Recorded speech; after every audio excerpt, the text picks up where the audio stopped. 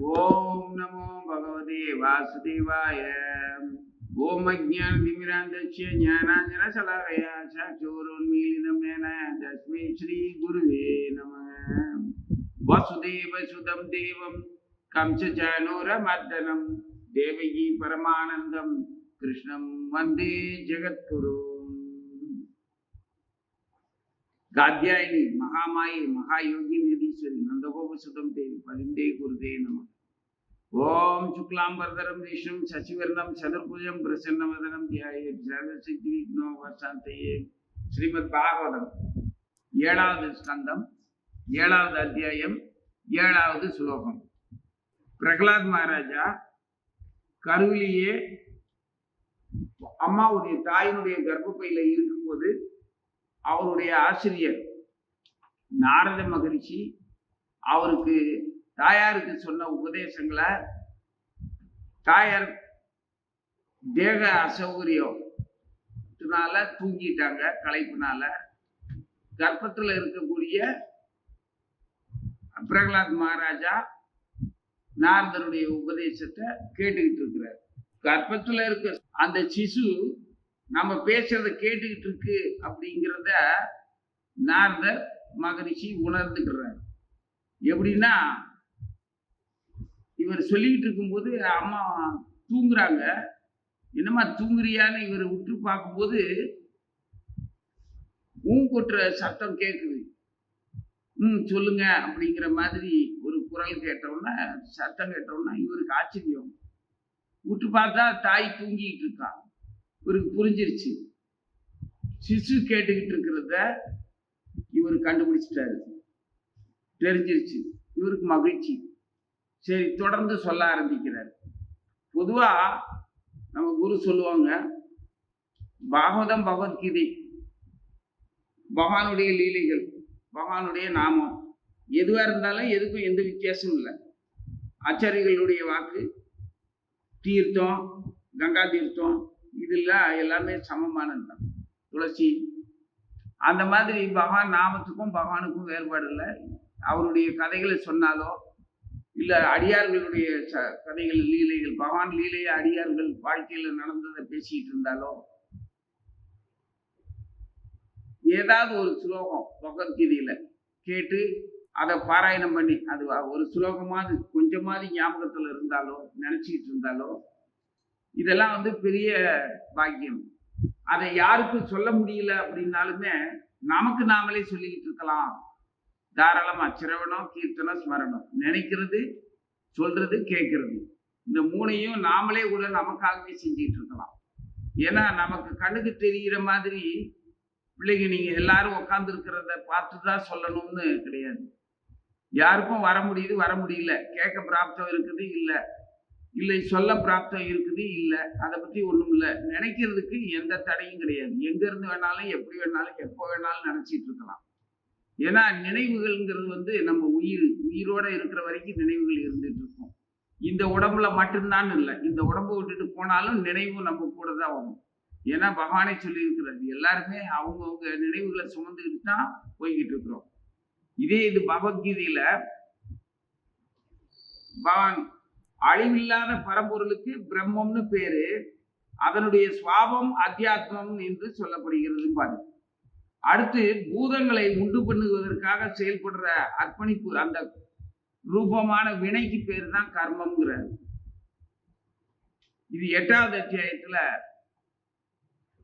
3வது ஸ்லோகமா இருக்கும்.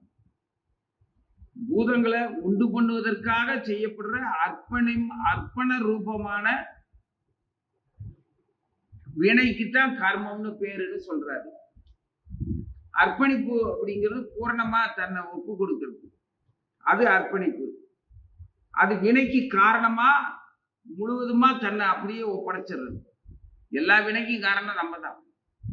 நாம நமது வினைக்காக நம்மளை மொத்தத்தையுமே விலையா கொடுத்துடுறோம். அது எதுக்குன்னா பூதங்களை உண்டு பண்றதுக்குங்க. பூதங்கள்ங்கிறது என்னது? ராமானுஜருடைய விளக்கத்துப்படி மனிதன் முதலான ஜீவன்களை உண்டு பண்ணுவதற்காக ஸ்திரீ சம்பந்தமான சம்பந்தத்துல ஏற்படக்கூடிய ஒரு விசேர்க்கம் தான் பூதங்கள்ங்கிறார். பூதங்கள்னா நம்ம இந்த 5 மூலக்கூறுகள் பஞ்சபூதங்கள்னு சொல்றோம் இல்லையா, அதுதான். அதனாலதான் நம்ம உடலும் வடிவமைக்கப்பட்டிருக்கு. அதுக்கு துணையா 5 புலன்களும் இருக்குது. இந்த 5 கர்மேந்திரியங்களும் 5 ஜடப்பொருள் அந்த மூலக்கூறுகளும் நிலம், நீர், காற்று, நெருப்பு, ஆகாயம், இந்த மாதிரியான 5 பொருள்கள். இதை உண்டு பண்றதுக்கு தான் ஸ்திரீ சம்பந்தத்துல தன்னையே ஒப்பு கொடுத்துடுறது, முழுசா தன்னையே தன்னை விலையா கொடுத்து தனக்கு வினையானதை வாங்கிக்கிறது. இதுதான் பூரண அர்ப்பணிப்பு, இதுதான் கர்மா அப்படிங்கிறார். அந்த மாதிரி குழந்தை சிசுவா இருக்கிறவன் தாயினுடைய வயிற்றுல இருக்கும்போது இவரு சொல்றத கேட்டுக்கிட்டு இருக்கிறது தெரிஞ்ச உடனே இவருக்கு மகிழ்ச்சி. ஏன்னா தாயார் தூங்கிட்டா இவராத்தான் சொல்லணும், பாதியில நிறுத்த இவருக்கு விருப்பம் இல்லை. சொல்லிட்டு இருக்கிற பகவானுடைய கதைகளை பேசிக்கிட்டு இருக்கும்போது 4 பேர் உட்காருவீங்க, 4 பேர் எழுந்திருச்சு போயிடுவீங்க. ஏதோ ஒரு காரியமா போக வர இருப்போம். அதே மாதிரி பூமியில எங்க வேணாலும் எப்ப வேணாலும் இதே மங்களாரத்தி, இதே விடியற்காலை பொழுது சிற்றன் சிறுகாலை வந்துன்னை செய்திட்டு அப்படிங்கிற மாதிரி எங்கேயாவது பாடிக்கிட்டு தான் இருப்பாங்க. இந்த பிரபஞ்சம் முழுவதுமே பகவானுடைய வைபவத்தை, அவருடைய புகழை எப்படி மங்களாரத்தி திருப்பள்ளி எழுச்சி இங்கே நடக்குதோ அதே மாதிரி பிரபஞ்சத்துல எங்கேயாவது எப்படி இதே மாதிரி நடந்துகிட்டே இருக்கும். ஏதாவது ஒரு இடத்துல இதே பொழுது இருக்கத்தான் செய்யும். அதே மாதிரி பகவானுடைய வைபவமும் எங்கேயும் நடந்துகிட்டே இருக்கிற மாதிரி இவரு அத தொடர்ந்து சொல்றதுல ஜீவர்கள் வர்றதும் போறதும், அது கர்ம வினையில செயல்படுறதுமா, அதுவும் ஒரு பக்கம் நடந்துகிட்டே இருக்கும். பகவானுடைய வைபவத்தை பாடிட்டு இருக்கிற அந்த புனித செயலும் தொடர்ந்து நடந்துகிட்டே இருக்கும். நல்லா யோசிச்சு பார்த்தீங்கன்னா இது சாதாரணமா புரியும். இந்த கோயில்ல இப்ப இங்க இருக்கிறோம், மருத்துவமனையில நேரம் என்ன எப்படி இருக்கும், ஒரு ஜீவன் புதுசா பூமிக்கு வர்ற அந்த தருணம் எப்படி இருக்கும், காவல்துறையில இந்நேரம் இதே பொழுதுல எப்படி இருப்பாங்க, கிரகஸ்தல் வீடுகள்ல இருக்கிறவங்க, இரவு தொழிற்சாலையில வேலை செய்யறவங்க, இந்நேரம் கடலுக்குள்ள போய் மீன் பிடிக்க போறவங்க, இப்படி பல்வேறு தொழில்களை நம்ம நினைச்சு பார்த்தோம்னா அதுவும் நடந்துட்டு இருக்குது. ஜனன மரண சுழற்சியும் கர்மாப்படி எல்லாமே இயங்கிட்டு இருக்குது. கோள்களும் இயங்கிட்டு இருக்கு. ஜடமல்லாத ஜீவர்கள் எல்லாமே இயங்கிட்டு இருக்குது. பகவானுடைய வைபவத்தை பாடிக்கிட்டு இருக்கிறவங்களும் ஒரு பக்கம் பாடிக்கிட்டே இருக்கிறாங்க. எல்லாமே நடந்துட்டு இருக்கு. இதுல கும்பல்ல இருந்து 4 பேர் எழுந்திருச்சு போறதும் வர்றதும் ஒரு விஷயம் இல்லை. இதே மாதிரி தான் பிரபஞ்சமே இயங்கிட்டு இருக்கு. பூமிக்கு வர்றதும், உடல் எடுத்து ஒரு கரு வர்றதும் போறதுமா, அதாவது வினைப்படி, அதாவது கர்மாப்படி எல்லாமே நடந்துருக்கு. இதுல யாருக்கும் எந்த ஜீவனுக்கும் எந்த பாதிப்பும் இல்லை. இயக்கம் அது பாட்டுக்கு இயங்கிட்டு இருக்கு. புரியுதா? விசாலமா நல்லா யோசிச்சு பார்த்தோம்னா இயக்கங்கள் நமது உடலுக்குள்ள இருக்கக்கூடிய இயக்கங்கள் முதற்கொண்டு சர்வசாதாரணமா அது பாட்டுக்கு நடந்துட்டு இருக்கு. நமக்கு தெரியாது நம்ம உள்ளுறுப்புகள் எந்த மாதிரி இயங்கிட்டு இருக்குன்னு. நமக்கு தெரிஞ்சதெல்லாம் இந்திரியங்கள்ல இருக்கக்கூடிய தவிப்பு, அதனுடைய தேவை, தாகம், பசி, இந்த மாதிரியான உணர்வுகள் தான். இந்த உணர்வுகளும் மனம் போல, புத்தி போல, அது அந்த கர்மா போல நமக்கும் அது பாட்டுக்கு நடந்துட்டு இருக்கு. உண்மையிலே ஜீவனுக்கு எந்த பசி தாகமும் கிடையாது, அது அழிவும் கிடையாது, நீரால் நனைக்கப்பட முடியாது, நெருப்பால உலர்த்த முடியாதுன்னு சொல்லி இருக்கிறாரு. அப்படி இருக்கும்போது பசி தாகம் மட்டும் அதுக்கு ஏன் வரப்போகுது? எல்லாம் ஒரு பாவம் தான். பாவம்னா பாவனை. அந்த பாவனையத்தான் நம்ம முழுசா நம்மளை விலை கொடுத்து வாங்கியிருக்கோம். அது இல்லாம நம்மளால வாழ முடியாது. இதெல்லாம் இல்லாத ஒரு வாழ்க்கை, அதாவது தவிப்போ, உணர்வுகள்ல தவிப்போ, ஏக்கமோ, பயமோ, கவலையோ, தேக வறட்சியினால தாகமோ, பசியோ, அது ஜட பசியோ இல்ல அறிவு பசியோ இல்ல உணர்வு பசியோ, எதுவா இருந்தாலும் சரி, பசி வாட்டத்தான் செய்யும். இதுல எது நல்லது? பகவானுக்காக ஏங்குற அந்த பசி இருந்துச்சுன்னா ரொம்ப நல்லது. அது நம்மள தளர்வடைய செய்யாது, துஷ்ட காரியங்கள்ல ஈடுபடுத்தாது. அதாவது மற்ற உயிர்களுக்கு பிரபஞ்ச இயக்கத்துக்கு இடைஞ்சலா ஈடுபடுத்தாது. அதனால பகவானுக்காக ஏங்குறது சுகமான விஷயம். ஆனா அழித்து போற தேகத்துக்காக ஏங்குறது, தேகத்தினுடைய பசியை தீர்க்கிறதுக்கு ஏங்குறது, அது அதுக்கு தகுந்த மாதிரி நம்மளை வேதனைப்படுத்தும். அது வரம்பு மீறி எதையாவது செய்ய வைக்கும். அற்பர்களுடைய அற்பர்களுடைய உறவு எப்பவும் அற்ப காரியங்கள்ல நம்மளை ஈடுபடுத்தும். சிறந்தவர்களுடைய உறவு எப்பவும் சிறந்த செயல்கள்ல ஈடுபடுத்தும். அப்போ நிரந்தரமான நல்ல உணர்வுங்கிறது கிருஷ்ண உணர்வு. எல்லா பரமாத்மாவுக்கும், எல்லா ஜீவர்களுடைய உடல்ல உரையக்கூடிய பரமாத்மாவுக்கும் அந்த ஜீவனுக்கும் உள்ள சம்பந்தத்துக்காக ஏங்குறது, அதை புரிஞ்சுக்கிறதுக்காக ஏங்குறது உண்மையிலேயே உயர்ந்த உறவு. அந்த உறவு கிடைச்சதுன்னா இந்த பசி தாகம் இதனுடைய தூண்டுதல்னால அற்ப செயல்களில் ஈடுபடுற அந்த குணம் நமக்கு வராது. அதனால என்ன நஷ்டம் அப்படின்னா, ஒரு நஷ்டமும் இல்லை. எங்கேயாவது பூச்சி புழுவா பிறக்கலாம், சிந்தனைக்கு தகுந்த மாதிரி எங்கேயாவது ஏதாவது பிறக்கலாம். அப்புறம் அந்த உடல்ல இருந்து ஒரு விடுதலை கிடைக்கும். அது நம்ம கிட்ட வெறுப்பாவோ இல்லை விருப்பாவோ இருக்கிறதுக்கு யாராவது ஒரு ஜீவன் அங்க வரும். ஏன்னா நாம இதுக்கு முன்னால என்ன பண்ணமோ அதுக்கு தகுந்த மாதிரி அந்த ஜீவன் அங்க வரும். அது நமக்கு அந்த உடல்ல இருக்கும்போதே அது தொந்தரவு பண்ணும். ஆக மொத்தத்துல கீழே மேல பல மாதிரி சுத்திக்கிட்டு இருக்கலாம், எந்த கேடும் கிடையாது. சௌக்கியமா இருந்தாலும் சரி, அதிக சரீர துன்பத்துல இருந்தாலும் சரி, ஆத்மாவுக்கும் ஆத்மாவாகிய நமக்கும் நம்ம கூட வசிக்கிற பரமாத்மாவுக்கும் ஒரு பாதிப்பும் இருக்காது. இது எதனால இதெல்லாம் புரியும், எப்ப புரியும்? பகவானுடைய அனுகிரகத்தினால நமக்கு ஒரு குரு கிடைச்சதுக்கு அப்புறம் புரியும். பகவானா பார்த்து அவரு நமக்கு ஏதாவது ஒரு குருவை ஏற்பாடு பண்ணி கொடுப்பாரு. அந்த குரு கிட்ட நம்ம எப்படி இருப்போம்? முதல்ல நமது சௌகரியங்களுக்கு தகுந்த மாதிரி, நம்மளுடைய தேக சௌகரியம், இங்கே அனுபவிக்கக்கூடிய புலன் சௌகரியங்களுக்கு அந்த குரு உதவி செய்யற மாதிரி எதிர்பார்த்து அவர்கிட்ட இதெல்லாம் கேட்டு பழகுவோம். நான் வீடு கட்ட போறேன், நாள் பார்த்து குறிச்சு கொடுங்க. என் பொண்ணுக்கு பூ புனித நீராட்டு நடத்த போறேன், 5 நாள் குறிச்சு கொடுங்க. நீங்க ஆசீர்வாதம் பண்ணுங்க. எதை வேணாலும் கூப்பிடுவோம், எந்த உலகியல் காரியங்களுக்கும்.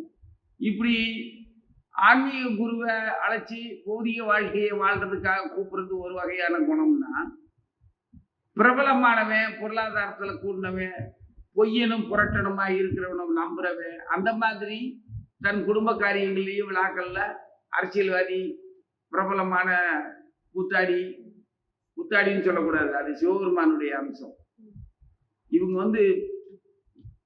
இவங்களை என்ன சொல்றது, அவங்களுக்கு பேரே கிடையாது, நடிகர்கள், பிரபலமானவர்கள். அதாவது எந்த ஒழுக்கத்தையுமே கடைபிடிக்காம தனக்கு தானா ஒரு கதாபாத்திரத்துல தன்னை பொய்யா வடிவமைச்சுக்கிட்டு அதை வெளியில காட்டிக்கிட்டு வாழ்றவங்க.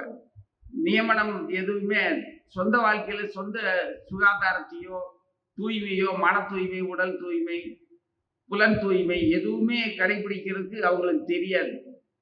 எந்த வேஷம் வேணாலும் போட்டுட்டு வருவாங்க. அந்த மாதிரி ஆட்களை குடும்ப விழாவுக்கு குலதெய்வமா வணங்குறவங்களையும் பார்க்கிறோம். நம்ம இப்போ எங்க பார்த்தாலும் அந்த விளம்பர படங்கள்லையும் வீட்டு விழாக்கள்ல நடத்துற அந்த அறிவிப்பு படங்கள்லையும் பார்க்கிறோம்ல, இந்த மாதிரியும் இருப்பாங்க.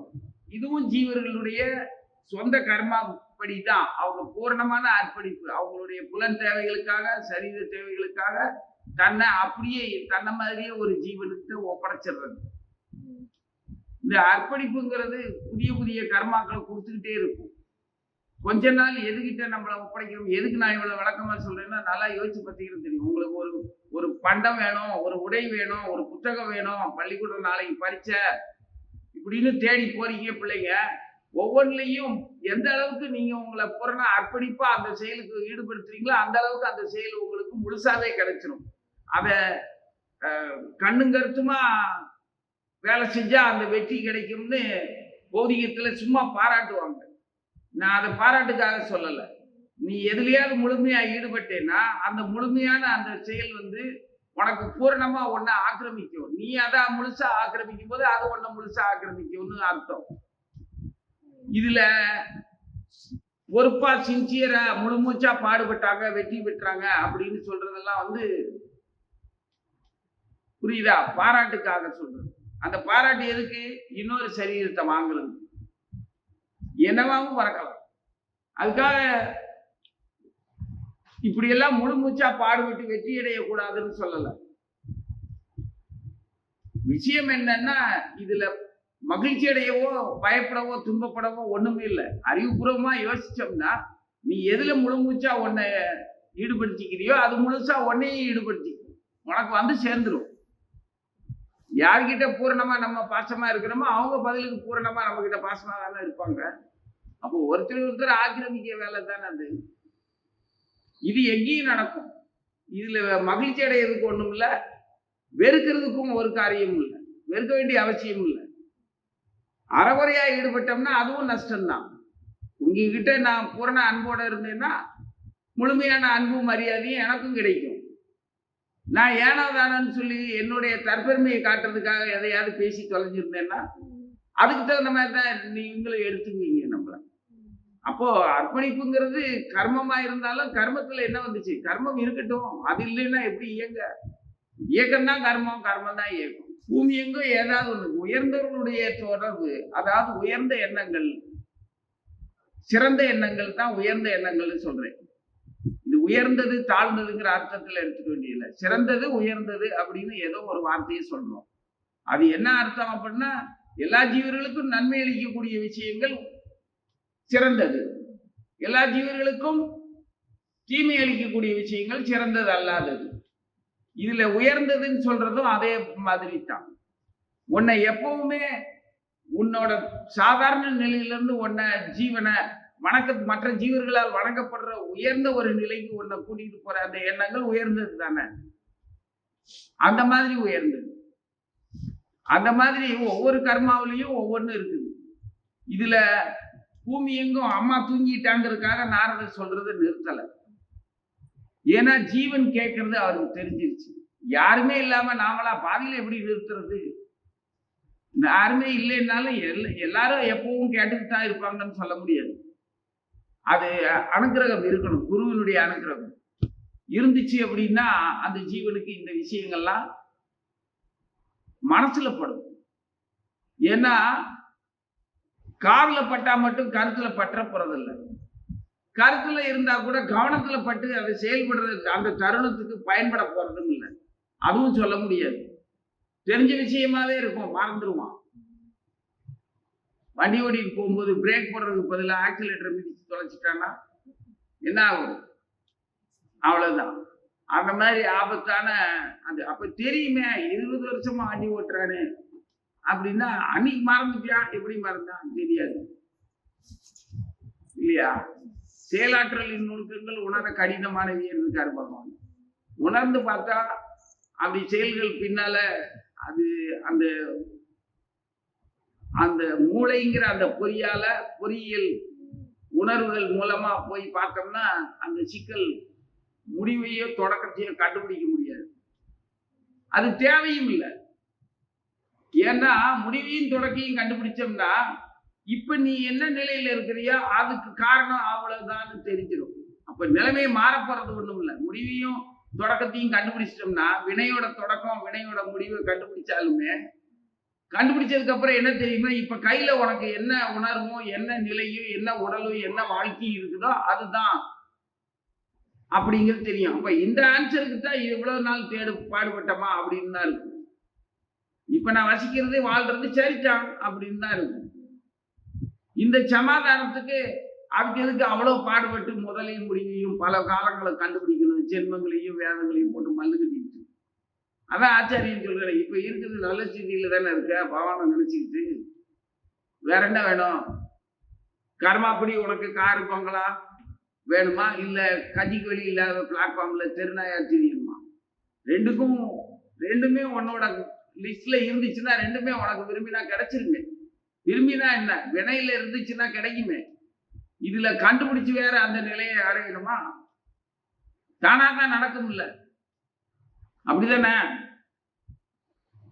அதனால எதுக்கும் காலையில வந்து கேட்டுட்டு, பகவானே விடிய காலையில வந்து உன்னோட திருவடி தாமரையை வேண்டி கேட்கறதுக்கு அர்த்தம் தெரியுமா உனக்கு? அதுக்கு என்ன, சிற்றம் சிறுகாலை வந்து உன்னை சேவித்தும் பொற்றாமரையடியை போற்றும் பொருள்களா எப்ப நான் போய் கேட்டுக்கிட்டு இருக்கணுமா?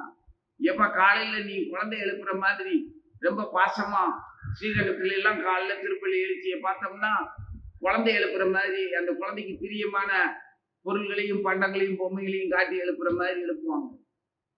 யானை குதிரையெல்லாம் கூட்டிட்டு வந்து தாமோதர கிருஷ்ணரை எழுப்புவாங்க திருப்பள்ளி எழுச்சியில.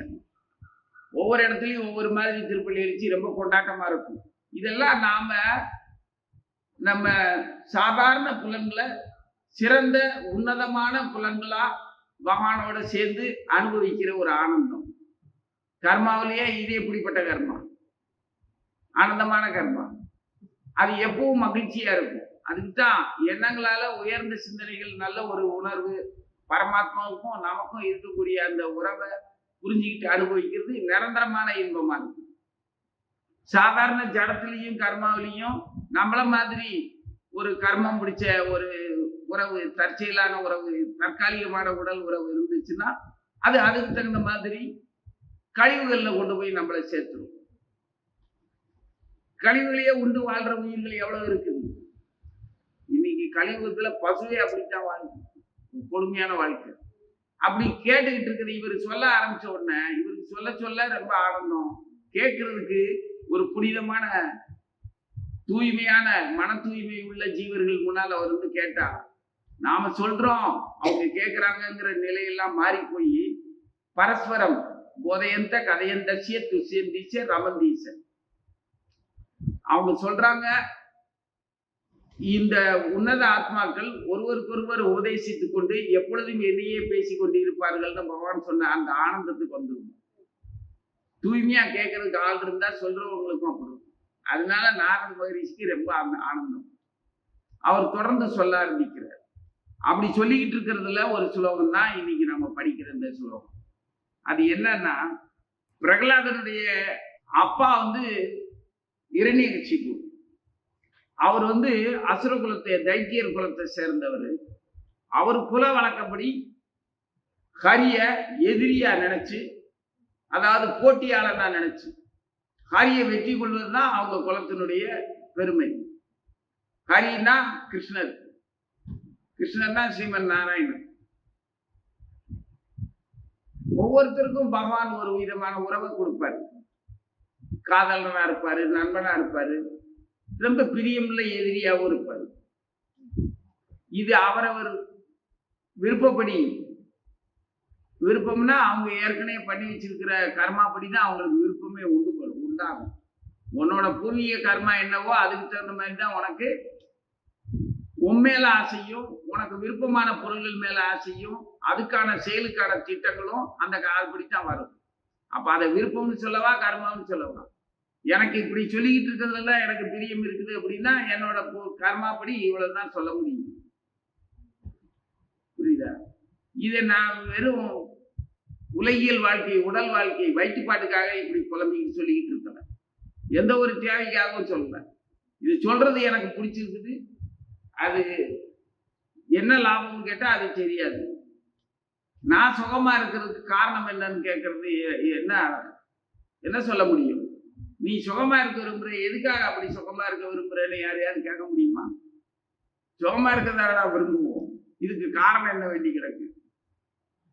அந்த மாதிரி ஒவ்வொருத்தருக்கும் ஒவ்வொரு சுகம். அதே மாதிரி எனக்கு இப்படி பகவானை பற்றி பேசுறதுல நமக்கு இருக்கிற சுகம் இது. அந்த மாதிரி அந்த இரணியகசிபுக்கு அவருடைய குல வழக்கப்படி ஹரியை எதிரியாக்கி அவனை போட்டியாளனா நினைச்சு அவனோட போராடணும். உன்னை கொன்னே ஓடுறேன் பாரு அப்படின்னு சொல்லி, நீ அம்மா கூட சேட்டை பண்ற பிள்ளைகளை உங்களை அடி கொன்றுவே ஓடி போயிரு அப்படின்னு சொல்லுவாங்க. அதுக்காக கொல்றதுன்னு அர்த்தமா?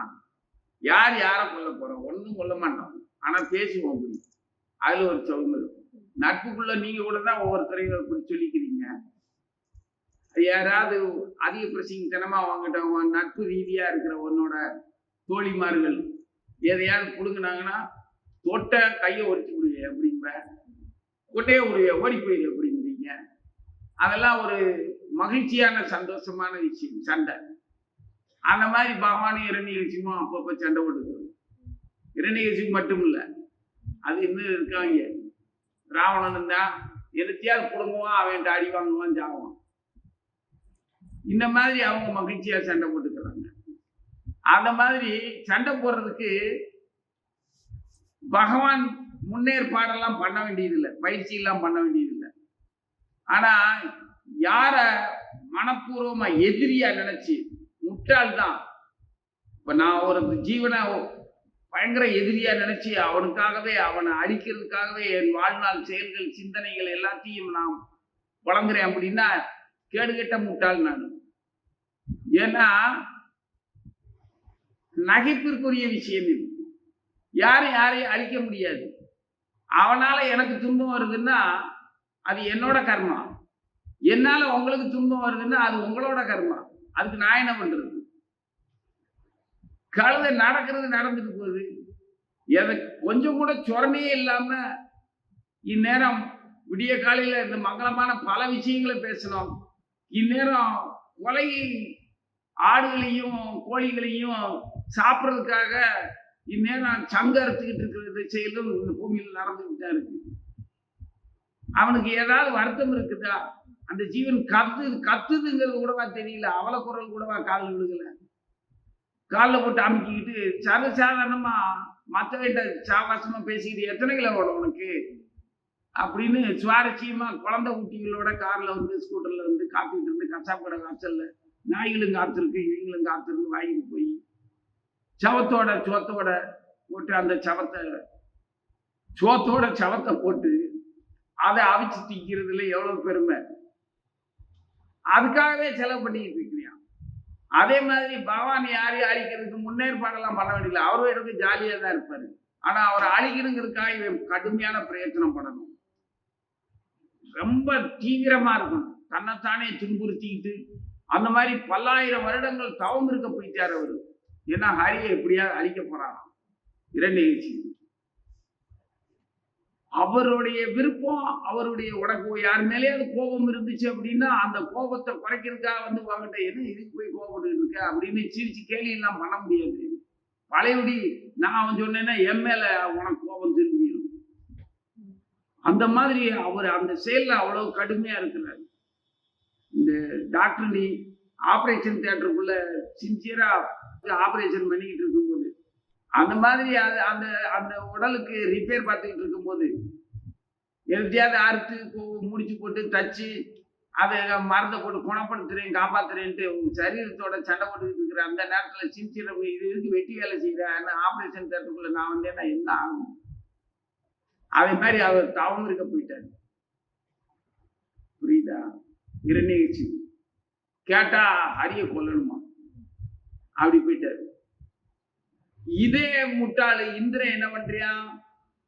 அவராவது அவர் வினைப்படி அவர் கிடைச்ச சாபத்துப்படி அவர் கடுமையா தவம் இருந்து ஹரிய போராட போறேன்னு போயிட்டாரு. இந்த இந்திரன்கிற அந்த அனுபவிக்கிற முட்டாள் பகவானுடைய அடியவர்களா இருந்தாலும் சுகபோகங்களுக்காக இங்க இருக்கிற செல்வந்தர்கள் எப்படி இருக்கிறாங்க? இந்திர போகத்துக்காகவே பகவான்கிட்ட வந்து கொஞ்சிக்கிட்டு கொலாவிக்கிட்டு பாசம் காட்டிக்கிட்டு இருக்கிறவங்க. பகவானால என்னெல்லாமோ கிடைக்கும் எல்லாத்தையும் விட்டு போட்டு வெறும் புலன் போகங்களுக்காக பகவானை மல்லுகட்டிக்கிட்டு இருக்கிறவங்க. எப்படிப்பட்ட அந்த கரியை எதிர்க்கிற முட்டாளை விட இந்த சுகபோகத்தை அனுபவிக்கிற முட்டாள் அதவனை விட கேடு கட்டவன்.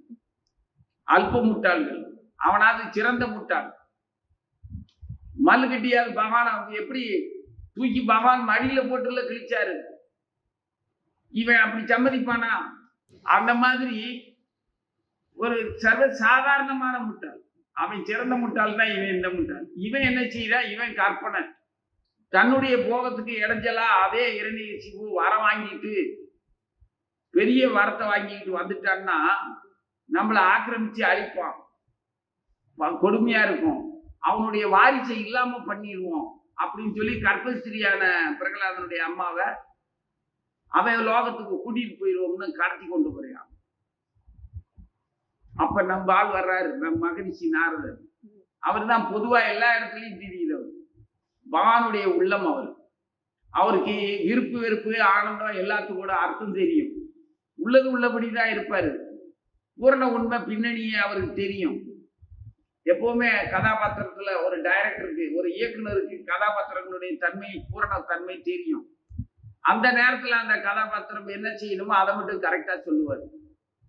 அதே மாதிரி நாரத மகரிஷி வந்துட்டாரு. எங்கடா கூப்பிட்டு போற புள்ளத்தாச்சி பிள்ளைய அப்படின்னு அவர் கேட்கும்போது, அவன் இது வயிற்றுக்குள்ள ஒரு இரண்யகசிபனுடைய வாரிசு இருக்கு, அவன் வந்தானா அக்கிரமம் பண்ணுவான், அவன் வாரிசு அதை விட அக்கிரமம் பண்ணி அசுர குலமே வளர்ந்துகிட்டே போகும், அது நமக்கு பெரிய ஆபத்து இல்லையா, அதனால களை எடுக்க வேண்டியது அவசியம் இல்லையா, அதனால இந்த புல்லு பூண்டுகள் இதெல்லாம் களை எடுக்க போறேன்றியான். உனக்கு புடுங்கி போடுறதுக்கு அப்படி ஒன்றும் பிரகலாதன் சாதாரண புல்லு இல்லை. இது நாரத மகரிஷிக்கு தெரியும் யார் அது வயிற்றுல இருக்கிற ஜீவன். லூசிப்பேலே அவன் தான் அரைக்கேன், அவன் புள்ள. இது அந்த மாதிரி அசுரம் கிடையாது, இவன் சிறந்த பக்தே. இவனை நீ தொட்டேன்னா வீணா நாசமா போயிடுவோம், ஒழுங்கா ஓடி போயிரு. இந்த அம்மாவை நான் பார்த்துக்கிறேன். அதோட யதார்த்தமாவே ஒரு கர்ப்பிணி தாயை துன்புறுத்துறது கொடிய பாவம். நீ உன்னோட நலத்தை விரும்பி சொல்றேன், நீ நல்லா இருக்கணுங்கிறதுக்காக நாசமா போற வழியே நல்ல வழின்னு நினைச்சு செய்கிற அப்படின்னு சுட்டி காட்டிடுவார். நாம இப்ப இதே மாதிரி எவ்வளவு செய்யறோம். கோயிலுக்கு வர்றோம், லட்சுமி கடாட்சம் வேணும்னு போய் விடிய காலையில பெருமாள்கிட்ட மல்லுக்கிட்டு இருக்கிறோம், போய் தர்த்தத்தை வாங்கிட்டு வந்துடுறோம். என்னென்ன அபராதம் எல்லாம் பண்ணி வச்சிடறோம். தர்த்தத்தை வாங்கினா கூட பரவாயில்ல, கொஞ்சம் வறுமையா இருந்துட்டு அப்புறம் வளமாயிடலாம். போய் வைஷ்ணவ அபராதத்தை எதையாவது வாங்கிட்டு வந்து தொலைச்சிருவோம். என்ன ஆகும்? பெருங்குற்றம் ஆயிரும். அடுத்து கோயிலுக்கு பகவான் கிட்டயே வர முடியாத அளவுக்கு எங்கேயோ போய் தொலைச்சிருவோம், காணாம போயிடுவோம். கடவுள் நம்பிக்கையே இல்லாத ஒரு கேடுகட்ட நாத்தியனா, விலங்குகளை விட நாயை விட மோசமான மனுஷ பிறவியில வாழ்ந்துட்டு இருப்போம். மனித உடல் கிடைச்சும் கூட கழிவுகளை உண்டு வாழ்றதும், செத்த பணங்களை உண்டு வாழ்றதும், போதை வஸ்துக்களை பயன்படுத்துறதும், கட்டுப்பாடே இல்லாத புலன் வெளியில திரிகிறதும் மிருகத்தை விட மோசமான நிலை தானே. அப்படித்தானே வாழ ஆரம்பிச்சிருவோம். அப்ப கடவுளுக்கு விரோதமா எவ்வளவு பெரிய சாபத்தை வாங்கியிருந்தோம்னா இப்படி ஒரு வாழ்க்கை கிடைக்கும்.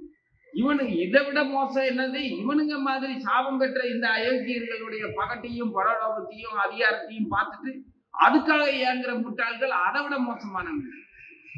இதுக்கு அவன் எங்கேயாவது பள்ளி பாச்சா புழுவாவது பிறந்து தொலைச்சு வாழ்ந்துட்டு செத்து போலாம் இல்லையா? அதுக்கு இவர் உனக்கு நல்லதுக்கு சொல்றேன், இந்த மாதிரி பாவ செயலை பண்ணாத அப்படின்னு இந்திரனை சத்தம் போட்ட உடனே மகரிஷி சொல்றதை கேட்டு அடங்கி போயிடும். அதுதான் தேவர்களுடைய குணம். ஏன் தேவர்கள் அசுரர்கள் உயர்ந்தவர்கள் தாழ்ந்தவர்கள் வச்சுக்கணும்? யாரையும் அசுரனாலாம் இழிவா எல்லாம் சொல்லல. அசுர குணம் உள்ளவனுக்கு யாருக்குமே அடங்க மாட்டான். தனக்கு நல்லதுக்கு சொன்னா கூட தன் நல்லதே அவனுக்கு பிடிக்காது. அதுதான் அசுர குணம்ங்கிறது. தேவ குணம்ங்கிறது தனக்கும் நல்லது, மற்றவங்களுக்கும் நல்லது எதுவோ அதுக்கு உடனடியா புரிஞ்ச உடனே சரின்னு சம்மதிப்பாங்க. எப்பவுமே சுலபமான மனசோட இருப்பாங்க. அவங்க தேவர்கள், தெய்வீகமானவர்கள். மனிதர்களையும் நீ அப்படி பார்க்கலாம். பிடிவாதமும் முரட்டு பிடிவாதமும் முட்டாள்தனமும் மூர்க்கத்தனமும் இருக்கிறவங்கள பார்க்கலாம். அதெல்லாம் அசுர குணம் தான். குணத்தாலதான் இந்த உயர்வு தாழ்வு வருதே தவிர பிறப்பினாலேயோ நடந்து செயல்னாலே வாழ்க்கை முறையினாலேயோ உயர்வு தாழ்வு கிடையாது. வாழ்க்கை முறை பணக்காரனா இருந்தாலும் ஏழையா இருந்தாலும் ஒன்னே ஒண்ணுதான். காது வழியாவா சாப்பிட்றோம்? வாய் வழியா தானே சாப்பிட்றோம். அதுலயும் சாபம் தத்திரம் இருந்துச்சு அப்படின்னா, பாவம் இருந்துச்சுன்னா வாய் வழியா மென்னு முழுங்க கூட முடியாம டீப்பு சுருக்கி வயிற்றுக்கு போயிடும். மூக்குக்குள்ள வாய்க்குள்ள எல்லாம் டீ போடுறதெல்லாம் பார்த்துருக்கோம்ல.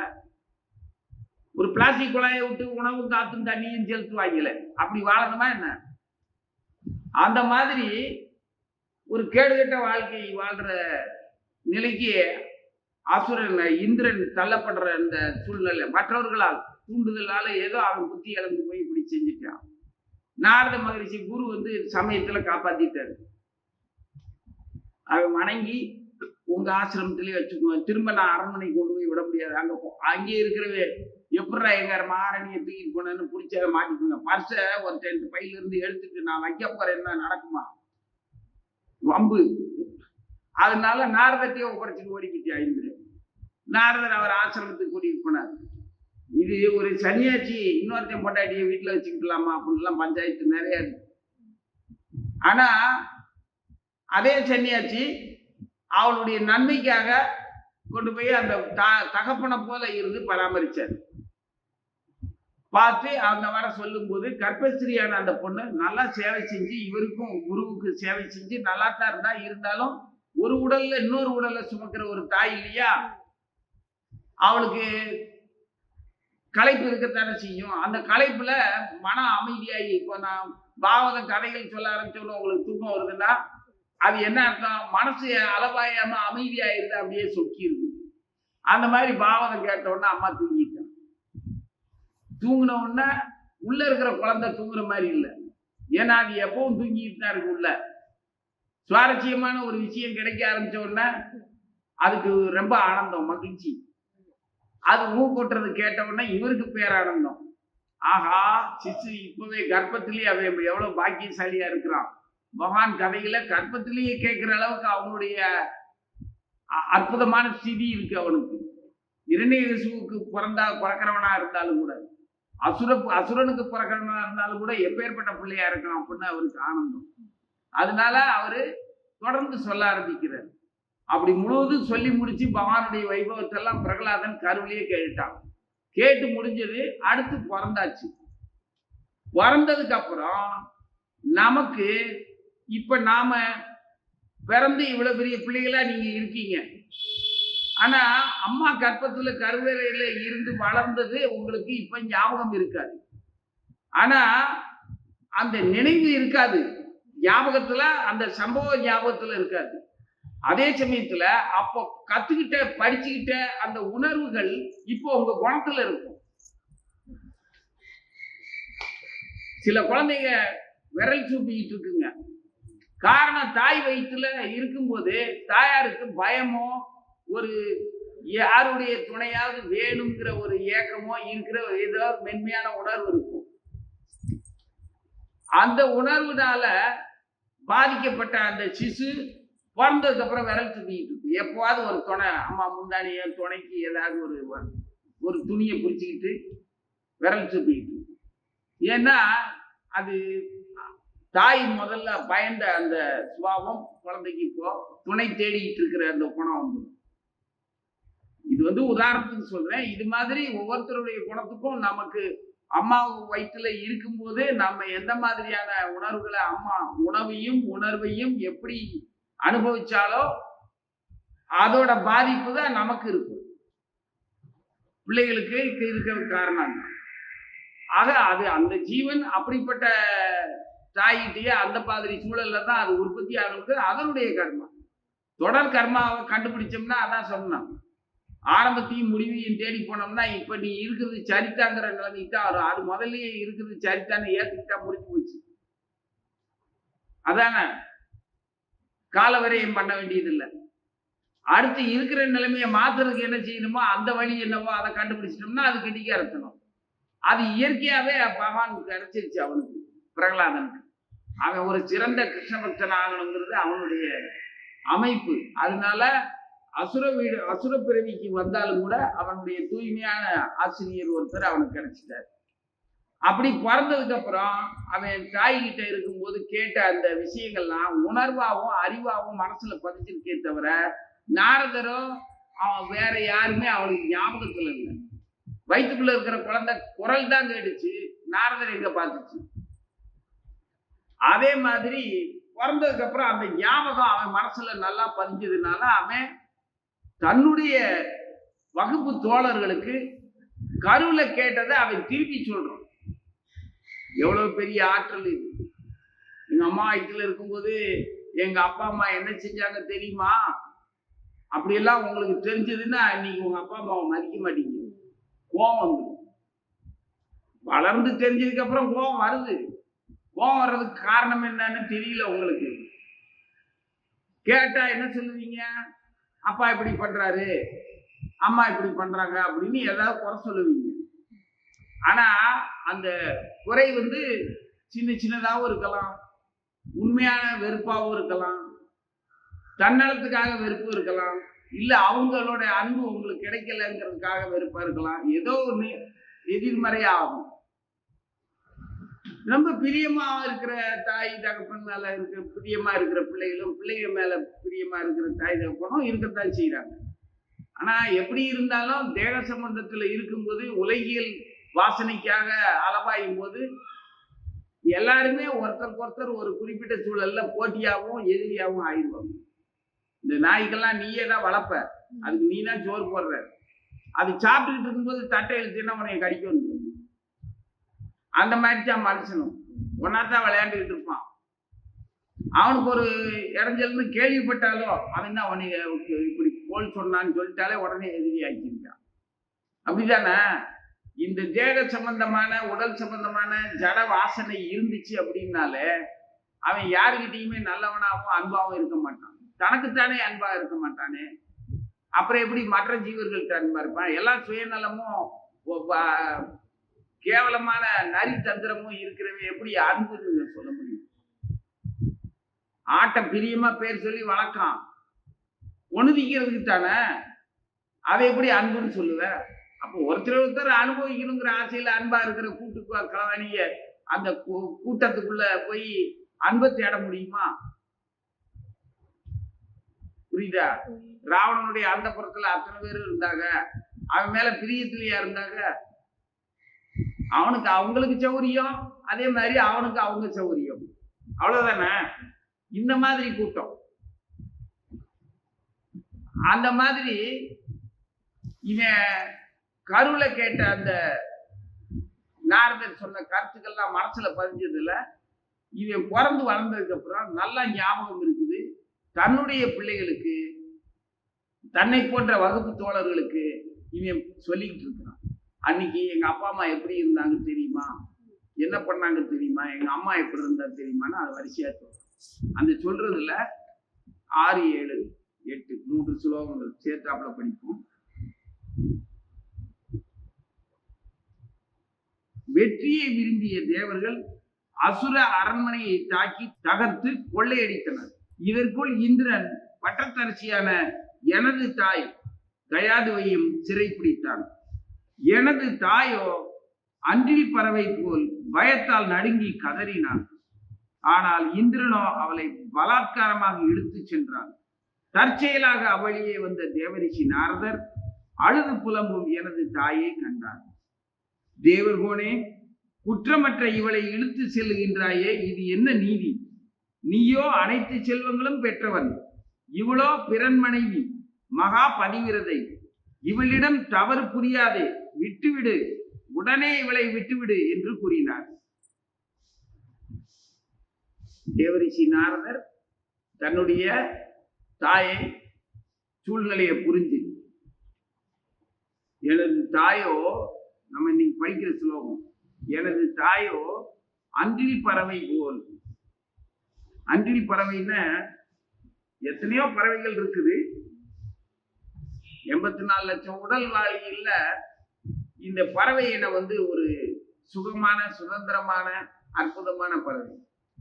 மனிதர்கள் கூட, கவிஞர்கள் எல்லாருமே என்ன சுதந்திர பறவை அப்படின்னு சொல்லுவாங்க.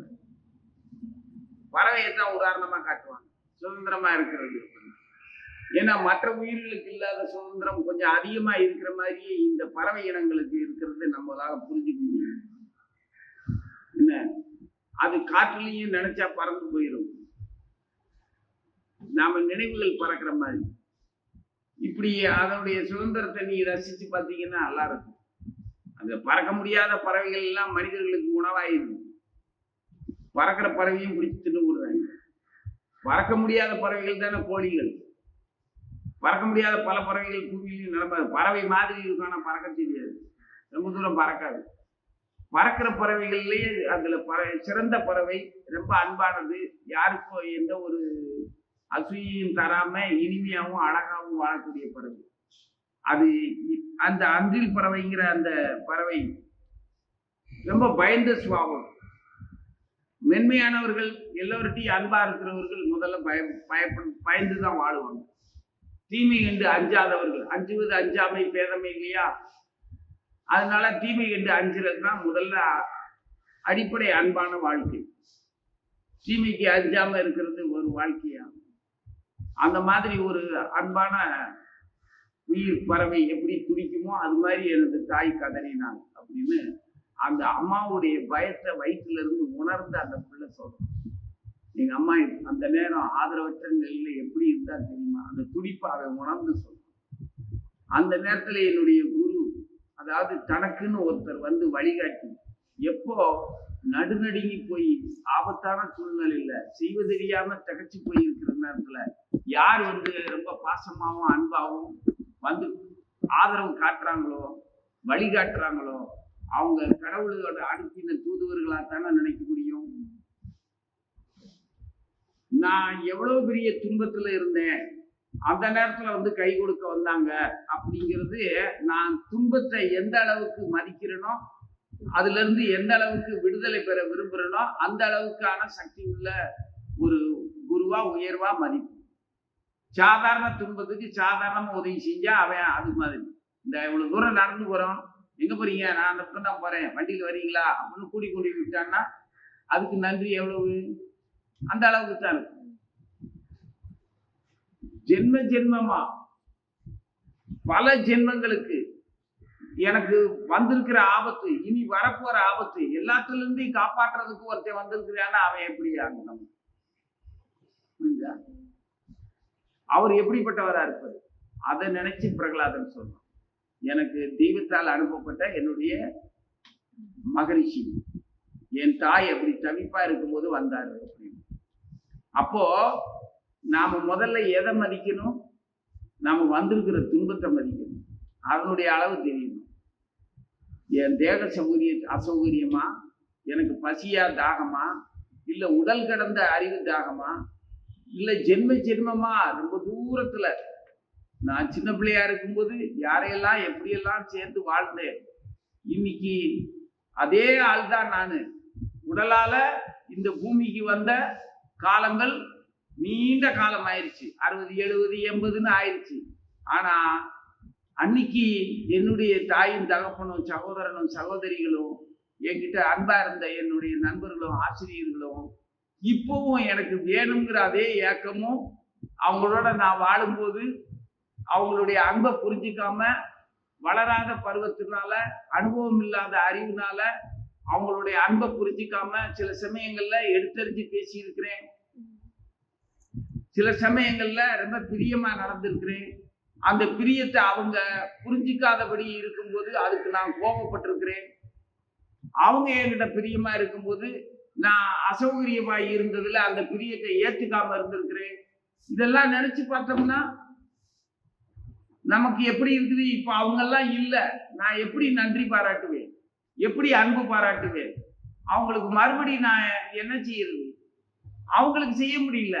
ஆனா இன்னைக்கு என் கண்ணு முன்னால இருக்கிற இந்த பிள்ளைகளை அவங்களுக்கு செய்ய முடியாத எல்லாம் இந்த பிள்ளைகளுக்கு செஞ்சு திருப்தி பட்டுக்கலாம். அப்படிதானே? அந்த மாதிரி பாலிய நினைவுல எப்பவுமே ஒரு துணையாகவும் தோழமையாகவும் இருந்த அந்த நிகழ்ச்சி மட்டும் எந்த ஜீவனுக்கும், அவன் பூமியில எத்தனை வயசானாலும் சரி, அவனுடைய வயதிய காலத்துல கூட அவனுடைய பாலியத்துல இருந்தவுடைய அந்த நினைவு அவனுக்கு புத்தம் புதுசா அப்பவும் அவனை புத்துணர்ச்சியோட நல்லா தான் வச்சிருக்கு. அப்படிதானே? அந்த மாதிரி பிரகலாதனுடைய நினைவுகள் எல்லாம் அவ்வளவு சுகமா இருக்கு.